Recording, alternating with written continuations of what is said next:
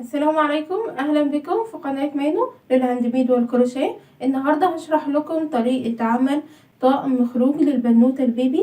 بالنسبة للطقم ده انا هشرحه لكم على 3 اجزاء مختلفة: سورتيت ولكلوك وفستان.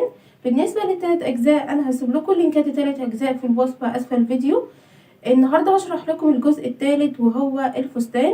بس ما تنسوش تشتركوا معايا في القناه وتفعلوا زر الجرس وتشجعوني بلايك وشير لو عجبك الفيديو عشان اقدر اوصل لعدد ناس اكبر. ودلوقتي هبدا اشرح لكم طريقه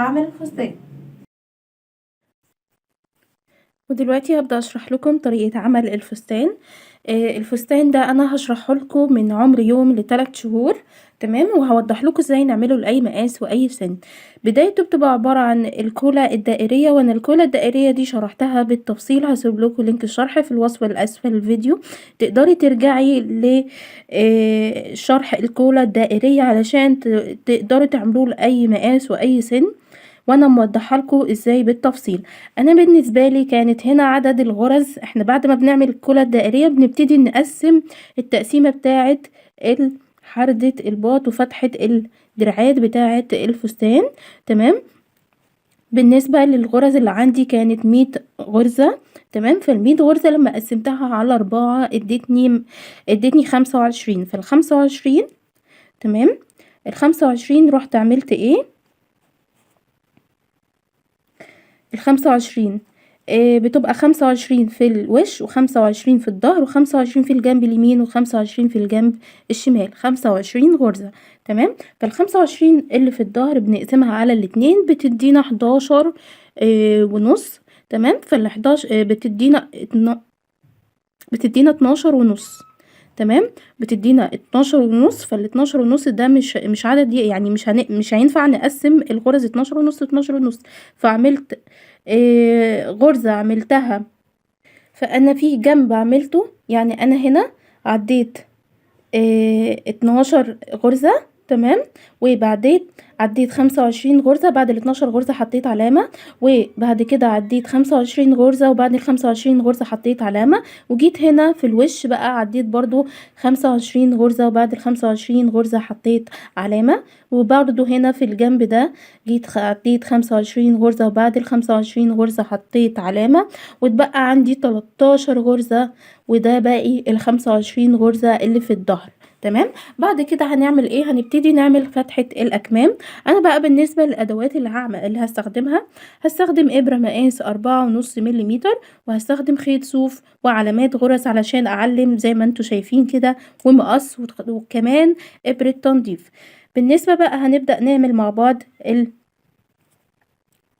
جسم الفستان. تمام، هنعمله ازاي؟ الاول هنحدد فتحة الاكمام او الدراعات، فبرتفع ب2 سلسلة، وهلف القطعة عندي كده بالشكل ده، وهشتغل فوق كل غرزة غرزة عمود بلفة. تمام، لحد ما بوصل لعلامة الغرزة.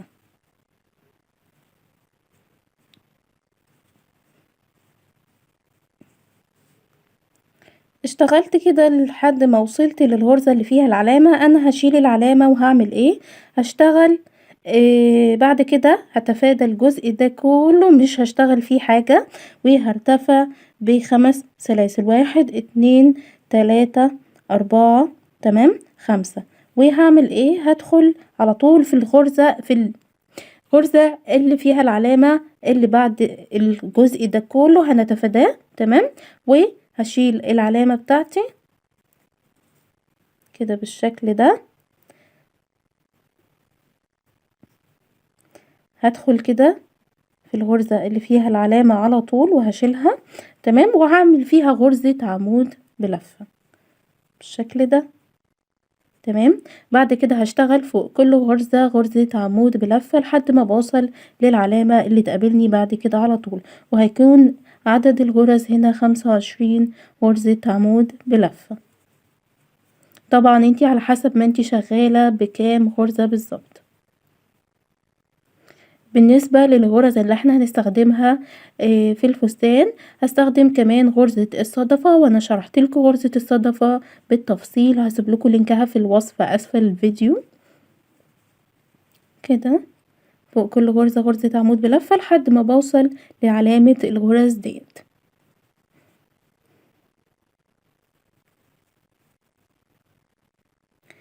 وصلت انا كده لعلامة الغرزة.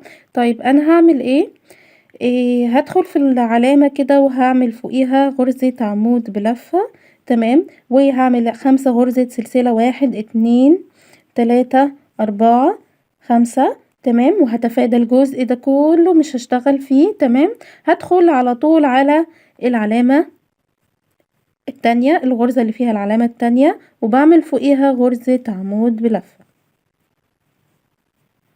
تمام، بشيل العلامة، بعد كده بشتغل فوق كل غرزة تقابلني غرزة عمود بلفة لحد ما بوصل لنهاية السطر.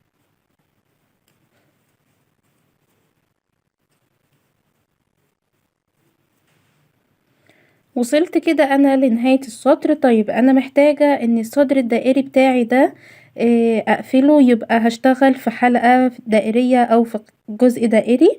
طيب انا هعمل ايه؟ هدخل في اول غرزة وهقفل بمنزلقة. تمام اهو، هنا برتفع ب2 سلسلة، بدخل في السلسلة رقم 2 كده بالشكل ده وهقفل بمنزلقة.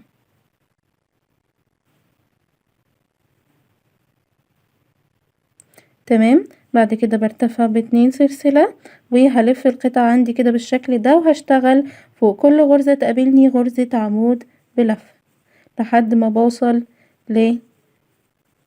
لغرز السلاسل اللي هنا. تمام، بعد ما بوصل لغرز السلاسل اللي هنا هشتغل فوق كل غرزة سلسلة من ال5 اللي عندي غرزة عمود بلفة، فهكمل لحد ما اوصل هنا وبعد كده هوضح لكم. وصلت انا ل5 غرز سلاسل اللي عندي دول، فبدخل في الغرزة كده، اول غرزة بعمل فوقيها غرزة عمود بلفة اهو، واللي بعدها كمان غرزة عمود بلفة، واللي بعدها برضو فوق كل غرزة من الغرز اللي عندي غرزة عمود بلفة كده بالشكل ده. تمام، ادي اخر غرزة من الغرزة رقم 5. بعدها بشتغل فوق كل غرزة تقابلني بالشكل ده غرزة عمود بلفة لحد ما بوصل لل5 غرز اللي هنا، وفي ال5 غرز اللي هنا هشتغل فوق كل غرزة غرزة عمود بلفة.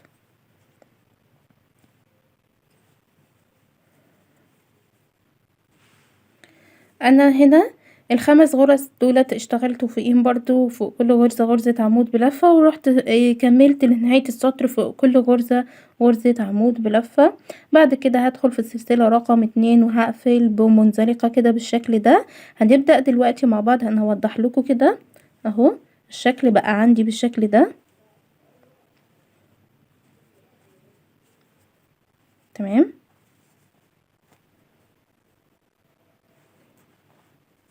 اهو، بدأت تبان فتحة الأكمام كده بدأ بانت، وهنبدأ دلوقتي نعمل غرزة الصدفة لحد ما بنكمل لنهاية الفستان من نفس الغرزة. طيب هنعمل ايه؟ هرتفع ب2 سلسلة، 1 2، وهسيب غرزة التانية وهدخل في التالتة هعمل فيها 3 غرز عمود بلفة سلسلة، 2 سلسلة، 3 غرز عمود بلفة في نفس المكان.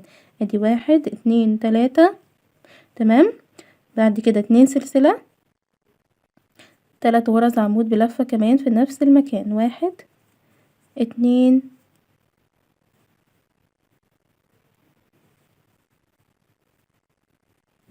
3.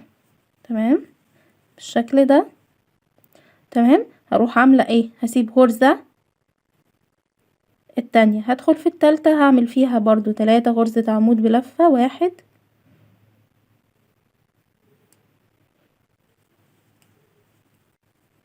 2 3. بعد كده 2 سلسلة في نفس المكان، 3 غرزة عمود بلفة، 1 2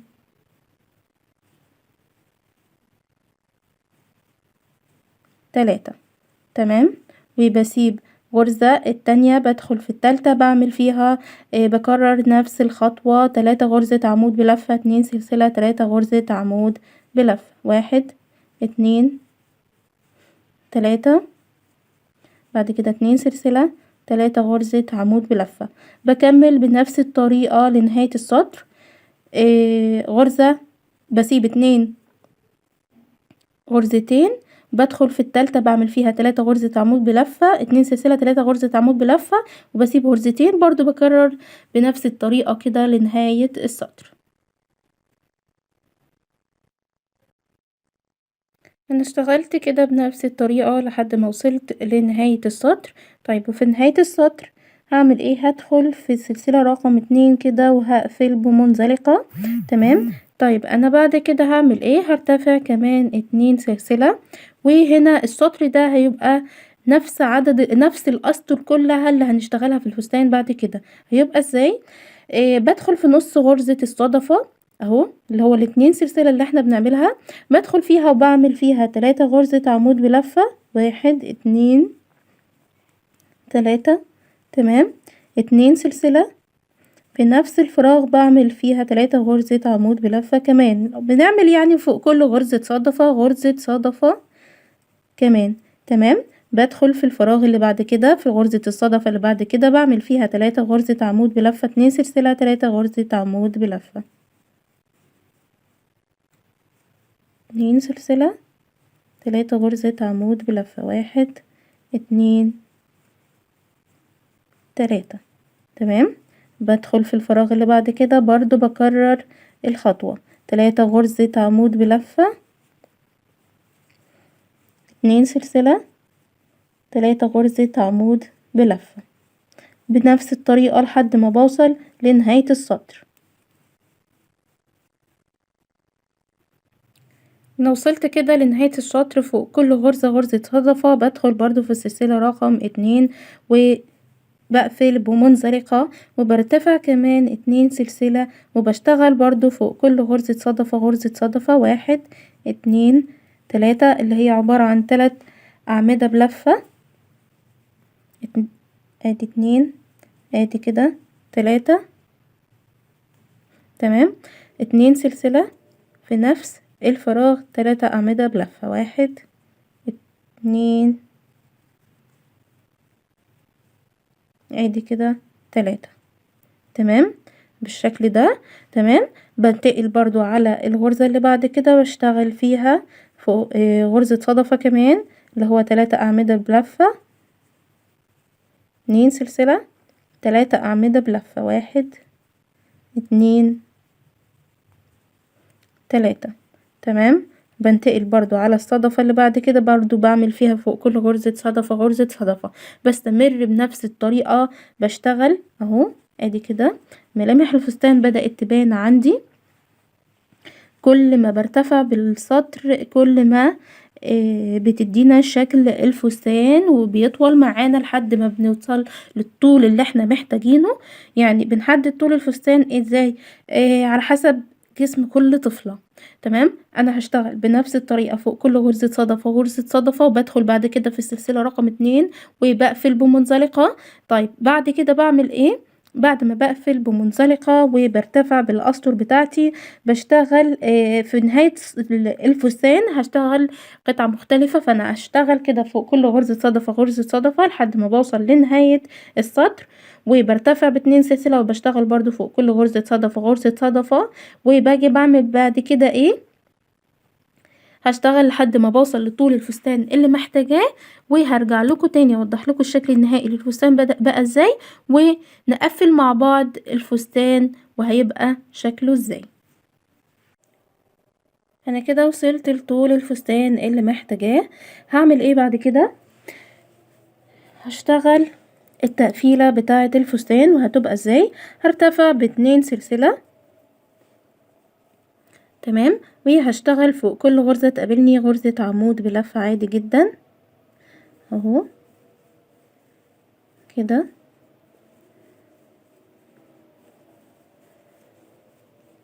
وهاجي في الفراغ هنا في 2 سلسلة بشتغل فوق ال2 سلسلة، مش بشتغل في الفراغ، فوق ال2 سلسلة فوق كل غرزة غرزة عمود بلفة كده بالشكل ده. تمام. وباجي في ال3 غرز اللي عندي دي فوق كل غرزة غرزة عمود بلفة. تمام. انا بشتغل كده اهو غرزة، بشتغل غرزة صدفة بشتغل فيها فوق كل غرزة غرزة عمود بلفة، وباجي هنا في الفراغ بتاع غرزة الصدفة اللي بعد كده بدخل فيه وبقفل بمنزلقة. تمام. وباجي هنا بعد كده في الفراغ في غرزة الصدفة اللي بعد كده بدخل فوق كل غرزة بشتغل غرزة عمود بلفة كده. تمام. ادي كده 3 غرز، وباجي بعد كده في غرزتين السلسلة اللي في الفراغ بدخل في الغرزة بعمل غرزة عمود بلفة، والغرزة اللي بعدها كمان غرزة عمود بلفة اهو. تمام. وبدخل بعد كده في الغرز فوق كل غرزة غرزة عمود بلفة. تمام. وباجي في غرزة الصدفة اللي بعد كده بدخل فيها وبعمل غرزة حشو بالشكل ده.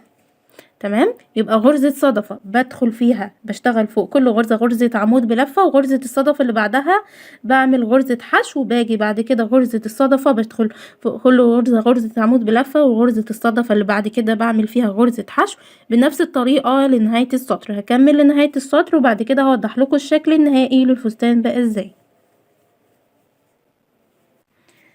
اشتغلت كده لحد ما وصلت لنهاية السطر وقفلت زي ما وضحت لكم.